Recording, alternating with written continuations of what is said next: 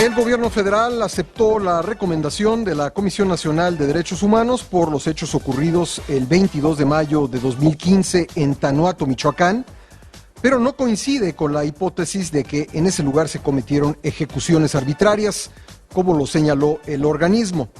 Y es que, como le comentamos ayer, la CNDH presentó un informe sobre el enfrentamiento entre policías federales e integrantes del cártel Jalisco Nueva Generación en el rancho El Sol, en el municipio de Tanuato, Michoacán, que dejó un saldo de 43 muertos, 42 delincuentes y un policía federal, además otro agente lesionado. El organismo acusó a las fuerzas federales de haber incurrido en el uso excesivo de la fuerza, también en haber sembrado evidencias, en haber manipulado la escena del crimen y de ejecutar a por lo menos 22 de los 42 civiles muertos, así como de torturar a 3 detenidos. En entrevista con Grupo Imagen Multimedia, el titular de la Comisión Nacional de Seguridad, Renato Sales, habló de lo ocurrido hace 15 meses en Tanuato, Michoacán. Dijo que se sancionará a quien haya cometido excesos. Sancionaremos a quien haya que sancionar. Nosotros no pretendemos incurrir de ninguna forma a nadie. Aquí diferimos en conceptos. Uno de ellos es precisamente el término ejecución extrajudicial, sumaria o arbitraria, que no existe propiamente en nuestro derecho penal. No existe un delito considerado como tal. No existe el término. Se tratarían de homicidios en todo caso. Homicidios, exceso en el uso de la fuerza, uso ilegítimo de la fuerza que se traducen en lesiones o homicidio calificado. Renato Sales también afirmó que los policías también tienen derechos. Como lo hemos dicho, y en esta misma lógica, cuando sea necesario hacer uso de la fuerza, uso prudente, insisto, moderado de la fuerza, después de agotar, en este caso, nuestros protocolos en particular, si es necesario, haremos uso de la fuerza. Los derechos de la libre manifestación no pueden entorpecer el derecho de circulación, de libre tránsito de los ciudadanos. Un derecho finaliza donde otro comienza. Tenemos que lograr que los derechos convivan, que los derechos fundamentales sean capaces de coexistir. Ante la comisión del caso Nochixtlán, 3 policías federales que participaron en el desalojo del pasado 19 de junio en esa ciudad de Oaxaca dieron su testimonio de los hechos que dejaron 8 muertos. Protegiendo su identidad, uno de los agentes reconoció que iba armado y aceptó haber accionado su arma cuando fue llamado en apoyo de sus compañeros luego de que se desató el tiroteo. En entrevista con Grupo Imagen Multimedia, una agente de la Policía Federal narró las agresiones que le propinó la turba. No esperábamos que los pobladores se levantaran en armas. Ya la gente ya estaba más reunida. Ellos ya estaban preparados, toda la entrada del pueblo estaba llena de piedras, de botellas con gasolina y ellos tenían demasiados cohetes. Escuchaban las detonaciones, primero se escuchaban lejos y después ya era más cerca, cuando empezaron a caer compañeros. Me tiran al suelo y en ese momento llega uno de ellos, de los pobladores, y me echa gasolina. Me empiezan a quitar todo mi equipo de protección y ya quitándome todavía el casco, me pegaban con palos en la cabeza y en la cara. Me acuerdo mucho de uno de los pobladores que les gritaba que yo era mujer. Integrantes de la Coordinadora Nacional de Trabajadores de la Educación marcharon hoy para conmemorar el operativo policíaco en Nochixtlán, ocurrido hace justamente 2 meses. En tanto, la sección 22 de la CENTE confirmó que mantiene la huelga magisterial nacional, por lo que dijo no iniciará el ciclo escolar 2016-2017, programado para el próximo lunes 22 de agosto, y convocó a una marcha en la ciudad de Oaxaca. Además, emplazó al gobierno federal a instalar con respuestas concretas la mesa de negociación en lo inmediato. Por su parte, el secretario de Educación Pública, Aurelio Nuño, afirmó que el lunes se tiene que regresar a clases. En entrevista con Excelsior Televisión, que le hicimos anoche, Nuño señaló que es lamentable la posición de la CENTE de mantenerse en paro. Yo espero que los líderes de la coordinadora reflexionen, que sopesen esta decisión y que no cometan esta, pues yo diría, dijéramos, irresponsabilidad mayúscula de dejar a los niños sin clases en aras de presionar a la autoridad para resolver los puntos que demandan sobre la reforma educativa. Es decir, me parece increíble e inadmisible que se pretenda una vez más dejar a los niños de estos estados, que es además donde más requieren de una educación de calidad. En titulares de la noche de Excelsior Televisión, Aurelio Nuño llamó al Senado a no hacer cambios a la reforma educativa por presiones de una coyuntura. Me dijo que es necesario darle tiempo para su implementación plena y todavía hay varios aspectos de ella que no se han echado a andar. Escuchemos.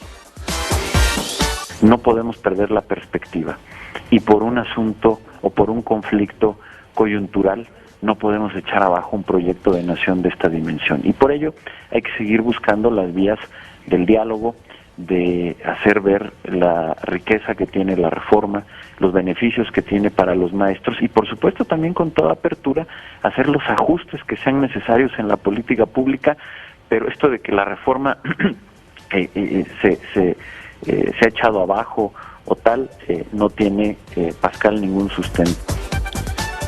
En otros temas, la PGR ya atrajo la investigación por el secuestro de 6 personas, entre las que se encuentra Jesús Alfredo Guzmán, hijo del líder del cártel de Sinaloa, Joaquín El Chapo Guzmán, ocurrido la madrugada del pasado lunes 15 de agosto en un restaurante de Puerto Vallarta, Jalisco. El comisionado nacional de seguridad, Renato Sales Heredia, anunció la captura de Sergio Kurt Schmidt Sandoval, alias El Pistola, presunto operador de Nemesio Ceguera Cervantes, identificado como líder del cártel Jalisco Nueva Generación. Esta detención ocurrió ayer y lo realizaron elementos del ejército en Zapopan, Jalisco. 8 personas detenidas, entre ellas un presunto líder del cártel Jalisco Nueva Generación, el cual no fue identificado. Es el saldo de una balacera entre hombres armados y fuerzas federales y estatales de la base de operaciones mixtas en una casa de seguridad ubicada en el barrio San Isidro, en el Estado de México. En el lugar, ubicado a menos de 2 kilómetros del Palacio Municipal, fue encontrado el cadáver de un hombre maniatado y con los ojos vendados. En Guanajuato, 3 personas murieron y 2 resultaron heridas durante ataques perpetrados por hombres armados en 2 municipios de esa entidad. Los familiares de los 43 normalistas de Ayotzinapa desaparecidos se levantaron de la mesa de diálogo con la Procuradora General de la República, Arely Gómez, al considerar que la dependencia insiste en proteger y mantener en su cargo a Tomás Herón, director en jefe de la Agencia de Investigación Criminal. Un juez sentenció a 13 años de prisión y a la reparación del daño a un sujeto por explotar sexualmente a 2 mujeres en Tlaxcala. Juan Pablo Reyes nos tiene la información.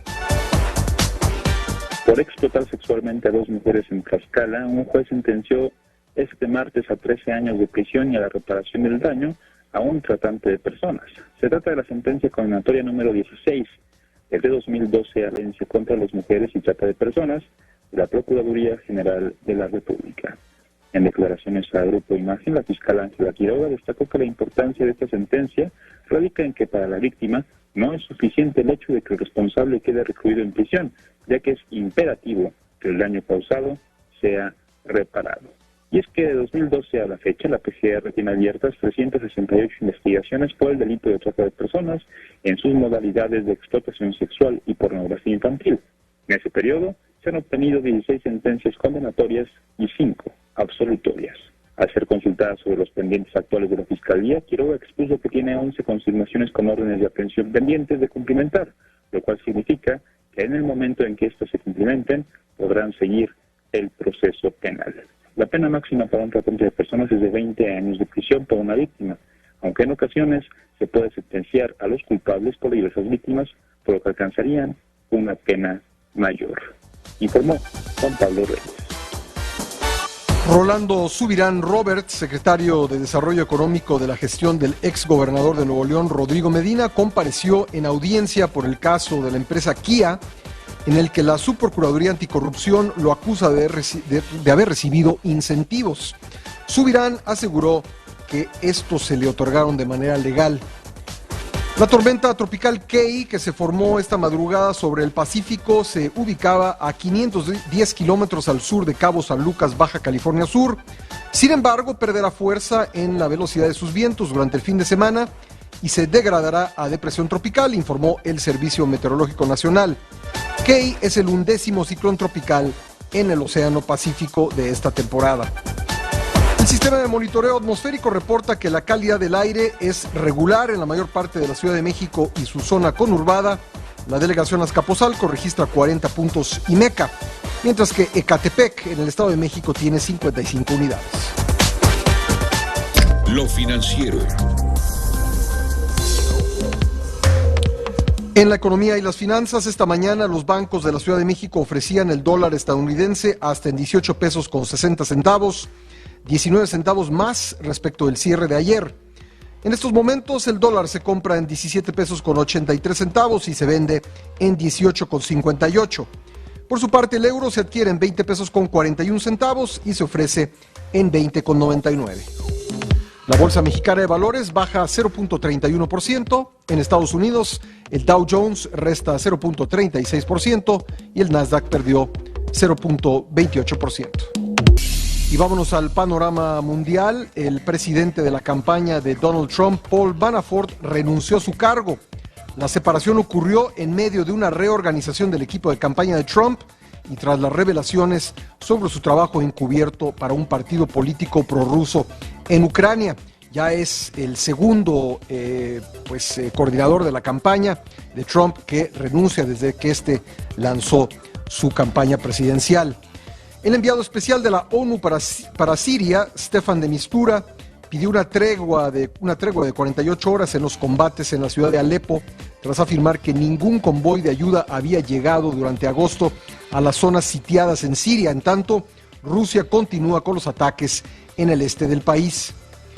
2 mexicanos fueron sentenciados por el gobierno de Venezuela a 15 años de prisión acusados de narcotráfico.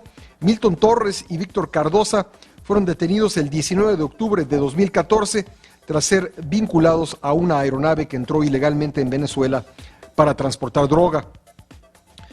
La red social Twitter suspendió 235,000 cuentas por promover el terrorismo en los últimos 6 meses. La empresa californiana condenó nuevamente el uso que se hace de la red social para hacer apología de acciones terroristas. Y el nadador estadounidense Ryan Lochte, que había denunciado un asalto durante los Juegos Olímpicos, se disculpó por mentir sobre este incidente.